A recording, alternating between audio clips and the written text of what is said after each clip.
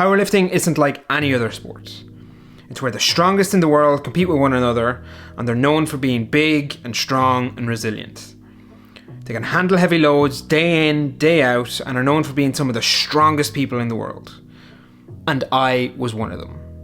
Maybe not in the whole world, but definitely in my world. Competing at 64 kg with a max deadlift of 225, a squat of 165, and an admittedly weak bench at 95, online calculators had me coming in as elite. Yet, hitting the biggest numbers of my life made me weaker than ever. How? By herniating 3 discs. And today I want to share with you 3 reasons, 2 small and 1 big, why I wouldn't have it any other way. For transparency, this isn't a new thing. This actually happened in a competition back in November 2021, yet here we are nearly 3 years later and my training is still 100% rehabilitation. Thankfully, day-to-day pain is pretty much gone, but fatigue definitely isn't. And even going for a 45-minute walk has my back seizing up and getting tighter than a nun's habit. And when it reaches that point, just one wrong move will have me out for weeks. 3 years is a hell of a long time, and the reality is my training sessions aren't even a quarter of what they used to be. But I only really had 2 options. I could give up exercise, knowing that this was going to probably make my injury worse in the long run and hope that it went away, or I could just get on with it.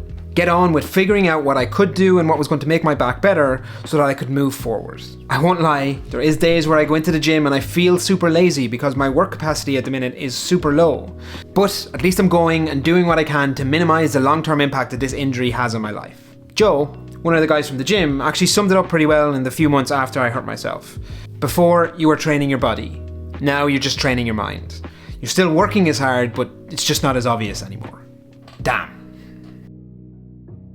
Back in my powerlifting days, the gym was my safe space. Like a lot of you watching this, I went there to de-stress and forget about the troubles of my day, and also build social connections with other people who thought similarly to myself. Those same people who can see just how differently I'm having to train now regularly ask me how my recovery is going, and I always have the same response. Some days are good, and some days are bad, but I'm here, still able to walk, with a smile on my face. Do I wish I could still walk into the gym and pick up 200 kilos as if it was a warm-up weight? Of course I do. But if there's one positive thing that comes from an injury like this, it's appreciation of the small things. The things that truly matter. Because in a few months' time when my boy is born, I'll still be able to walk around, pick him up, and play with him as much as I want. And sure, we've all heard this stuff before, but it hits very, very differently when life directly teaches you that lesson. Alright, so there were the 2 small reasons, and now we're going to talk about the big one, the Mac Daddy, and that is a loss of identity. The reality is that before my injury, my physical abilities was probably the biggest part of myself that I related to. I've worked in the fitness industry and I've learned enough about myself and how the body works to not only lose 30% of my body weight, but also lift 3 times it too. Not only that, but I've also helped countless clients do the exact same thing themselves. I was always that person who could do anything. Go for a 5k run in the afternoons, hit an obstacle course at the weekend, and then when you're moving house, I might not be tall, but these hamstrings won't let you down. I don't often blow smoke up my own backside, but if I could, I was strong. I was really strong. But not only that, I was also fit too.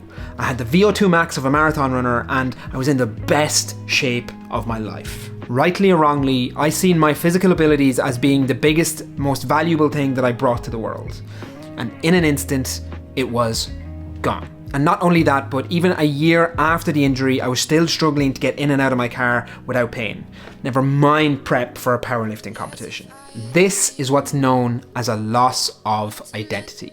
Like anything, I'm sure the true definition of this is actually quite complicated, but in simple terms, I could no longer recognize or understand the value that I brought to the world, and that resulted in this massive disconnection from where I was actually getting my sense of self. In the months that followed, I really found myself struggling to cope and process what actually happened. I was more irritable, less emotionally stable, and a lot of the times I was just feeling absolutely useless. Thankfully, that's not really a problem for me anymore, and while they do crop their head up from time to time, it's pretty much done. The good news is though that by having to go through this, I've actually learned a lot about how you can avoid this in the future. And I want to share with you a couple of things that you can do proactively to hopefully avoid ever having a loss of identity yourself. The first is to truly understand what you value. I used to think that was deadlifting a really heavy barbell, but in actual fact, upon reflection, I realised it was just taking my health and fitness seriously. That might look different now than it did before, but that doesn't mean that I can't still do it. It just looks different. The second is learning true self-care. Now, by that, I'm not talking about curling up on the couch and watching TV or sinking a pint of ice cream. What I mean is digging into your thinking patterns so that you can tease out the ones that either aren't serving you or are controlled by external influences. I might not be able to go into the gym and pick up a heavy barbell, but I can still go in and push my current abilities. Those abilities may change, and yes, in my case, they may be less than they were before, but the value is in pushing them, not what that underlying number actually is. And lastly, it's to actually have multiple identities.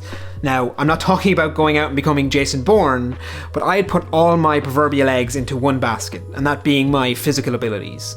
I didn't put any regard into the fact that I tried to be a nice person, work hard on my career, or be a good husband. By having multiple identities that you're building, if you're in a situation where you unfortunately lose one, you've not lost your entire sense of self. Yes, it's going to be something that you have to process and get over and deal with, but at least you're still you.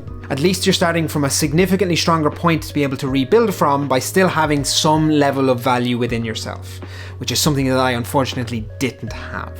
I never really understood why people said that they were grateful for an injury before, yet here I am kind of saying that.